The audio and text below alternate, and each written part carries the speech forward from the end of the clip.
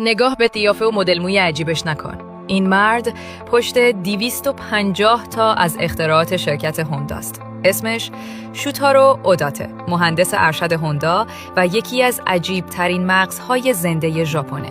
از سال 2003 تا الان بیش از 9 مقاله علمی در زمینه ایمنی خودرو نوشته و سیستم‌های خودران و نیمه خودران هوندا رو خودش طراحی کرده. اون کسیه که فناوری هوندا سنسینگ 360 رو ساخت.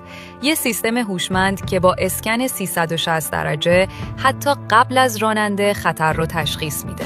به قول خودش هدفش ساخت ماشینیه که بتونه جون راننده رو نجات بده حتی اگه خودش حواسش نباشه.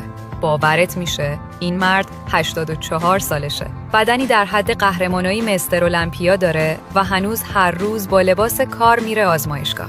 اون ثابت کرده تو ژاپن مهم اینه چی بلدی، نه اینکه چی پوشیدی یا چند سالته. اینا همون چیزاییه که فرق کشور پیشرفته با ما رو نشون میده. اونجا قدر مغز رو میدونن. ما هنوز دنبال ظاهر و پارتی میگردیم. اگه تو هم فکر میکنی استعداد باید از رابطه مهمتر باشه، یه قلب قرمز تو کامنتا بذار و برای دیدن داستانای واقعی از آدمایی که دنیا رو تغییر دادن، پیج ما رو حتما دنبال کنید.